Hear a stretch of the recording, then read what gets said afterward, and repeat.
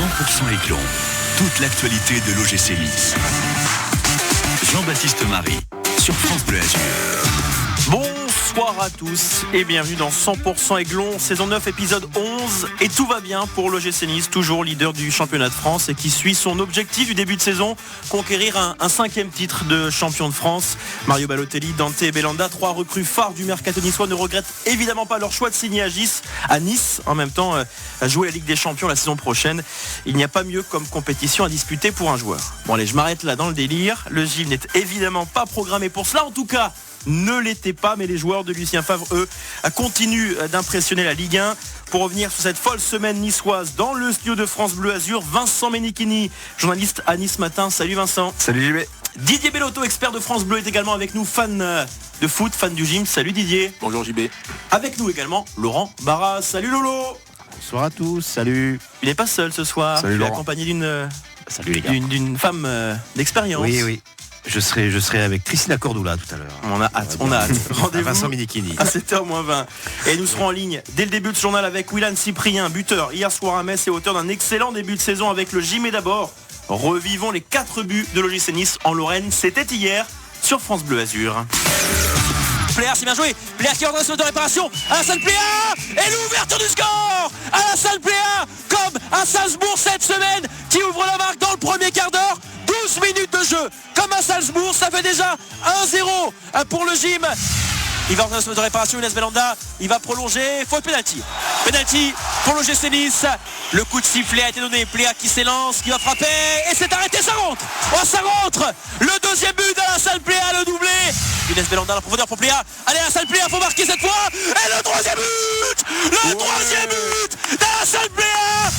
Walter, il va accélérer et écarter à droite pour Cyprien qui a frappé. Oh, le quatrième but. Le quatrième but pour le GC Nice. Jusqu'à 19h, 100% Aiglon sur France Bleu Azur. Bon, le Gilles nous a régalé hier soir. J'en ai perdu ma voix sur la fin, notamment grâce à ce but soudain de Willan Cyprien qui est avec nous. Salut Willan. Salut. Merci d'être avec nous dans 100% Aiglon sur France Bleu Azur. Willan Cyprien, Willan qui a donc conclu une très très belle soirée et même, j'ai envie de dire, Willan, une très très belle semaine pour le GC Nice. Ouais, c'est une belle semaine parce qu'on a eu un bon résultat en Europa League qui nous remet en course et on a bien clôturé cette semaine avec ce déplacement à Metz qui n'était pas facile et qu'on a bien su conclure dans les toutes dernières minutes avec ce score de 4-2. Jeune carrière évidemment encore pour toi, Willan, tu n'es qu'au début, mais ce genre de semaine, j'imagine peut-être que tu n'en avais pas forcément vécu depuis. Non, c'est une première pour moi, j'avais jamais joué l'Europe, donc pas l'habitude de jouer autant de matchs dans une semaine. Et donc là c'est tout nouveau, donc je pense que c'est plaisant d'avoir des semaines comme ça le plus souvent possible et on va essayer de faire en sorte que ça soit le plus longtemps possible. Bon, je rigolais en début d'émission en disant que voilà, le gym poursuit son objectif de champion de France. Évidemment, ouais. C'est de l'ironie, mais vous êtes un train de champion. On vous répète la même chose toutes les semaines depuis 2-3 semaines, mais c'est la vérité. Vous avez 26 points aujourd'hui après 10 journées, Willan. Ouais, on a un rythme de champion, mais comme je l'ai dit, les collègues aussi ont pu dire, de base, on n'était pas programmé pour jouer cette place-là, donc on va continuer à jouer comme on fait depuis le début et pour ça nous mène. Et prendre match par match, essayer de les gagner tous, même si ça va être très compliqué, mais je pense que le calcul il sera très facile à faire si on les gagne tous.